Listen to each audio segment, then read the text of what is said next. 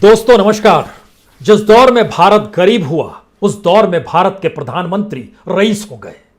जिस दौर में नागरिकों की आय कम होती चली गई उसी दौर में प्रधानमंत्री पर होने वाला खर्च बढ़ता चला गया।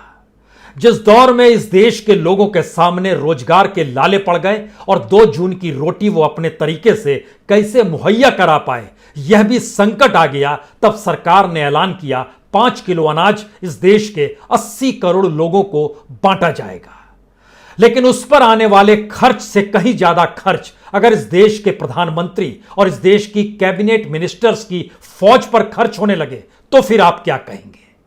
हमें लगता है कि दुनिया की फहरिस्त में भारत मौजूदा वक्त में विकासशील देशों की लकीर से नीचे उतरकर गरीब देशों की स्थिति में आकर खड़ा हो चला है, जो उसकी जीडीपी बतलाती है और उस जीडीपी के हिसाब से प्रति व्यक्ति की आय बतलाती है।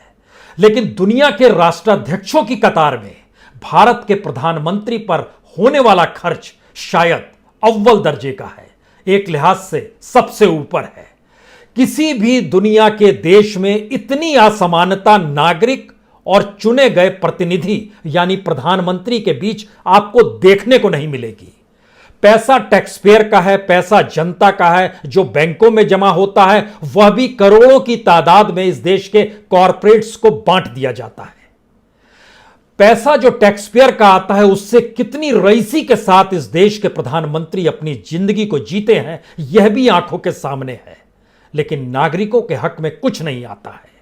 तमाम आंकड़े और तमाम सच या कहें तमाम हकीकत आज हमें लगता है कि आपको जानना चाहिए। जानना इसलिए चाहिए क्योंकि भारत की जीडीपी आज की तारीख में यानी बीते साल तक 134 लाख करोड़ थी, जो पिछली बार की तुलना में कम हो गई। पिछली बार 145 लाख करोड़ थी, उससे पहले 140 लाख करोड़ थी, यानी 2 बरस की तुलना में भारत और नीचे आ गया।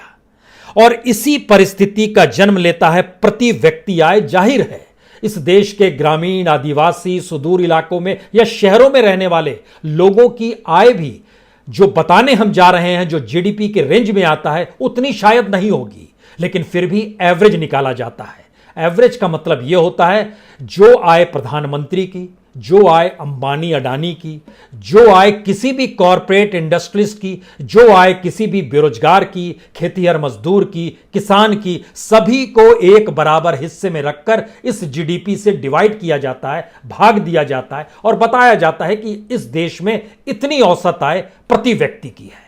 और आज की तारीख में जब पर कैपिटा इनकम निकल कर आता है तो 2017-18, 2018-19, 2019-20 इन सब से नीचे आ गया और एक साल में भारत में प्रति व्यक्ति आय 1 लाख से भी कम हो गई। इसको थोड़ा हम और सरल करते हैं। 1 लाख कम से मामला नहीं चलेगा, सीधे जानिए 99,694 रुपए प्रति व्यक्ति सालाना आय है। इसका मतलब है मंथली आय यानी एक महीने की आय एवरेज 8,307 रुपए 83 पैसे और प्रतिदिन की आय 273 रुपए। अब आप कल्पना शुरू कीजिए कि यहां से इस देश के भीतर में आपको बहुत सारे रोजगार दिखाई देने लगे होंगे। 273 रुपए एवरेज है इस देश के नागरिकों की आय का। मनरेगा में भी कुछ जगह पर ज्यादा पैसा मिलता है मजदूरी करने पर। इस देश में अनस्किल्ड वर्कर की भी कमाई इससे ज्यादा है 6 राज्यों में।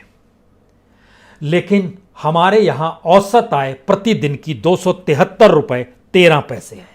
अब इसके ठीक पैरेलल में आ जाइए कि प्रधानमंत्री के ऊपर कितना खर्च होता होगा। हम आज इसका जिक्र नहीं करेंगे कि उन्होंने कितनी यात्राएं की और कमोवेश उसका जब एवरेज निकालते हैं तो हर महीने लगभग 500, 600, 700 करोड़ रुपए सिर्फ हवाई यात्रा में खर्च हो गए। जानकारी तो यह भी मिली कि जिस जहाज से यात्रा करते हैं उसके मेंटेनेंस में भी लगभग 1,500 करोड़ रुपए खर्च हो गए। सवाल यह भी नहीं है कि प्रधानमंत्री के बाद जो शानदार गाड़ियों का रेला है जिसको हम लोग कहते हैं BMW 7 सीरीज। 7 सीरीज का मतलब यह होता है 2.5 करोड़ से ज्यादा महंगी एक गाड़ी है और 6 गाड़ियों का काफिला चलता है रेंज रोवर सिक्योरिटी के लिहाज से। करोड़ों की परिस्थितियों के बीच ये ऐसी स्थिति है जिसमें पीएमओ के भीतर कर्मचारियों की तादाद शायद किसी भी इससे पहले के प्रधानमंत्री की तुलना में ज्यादा है।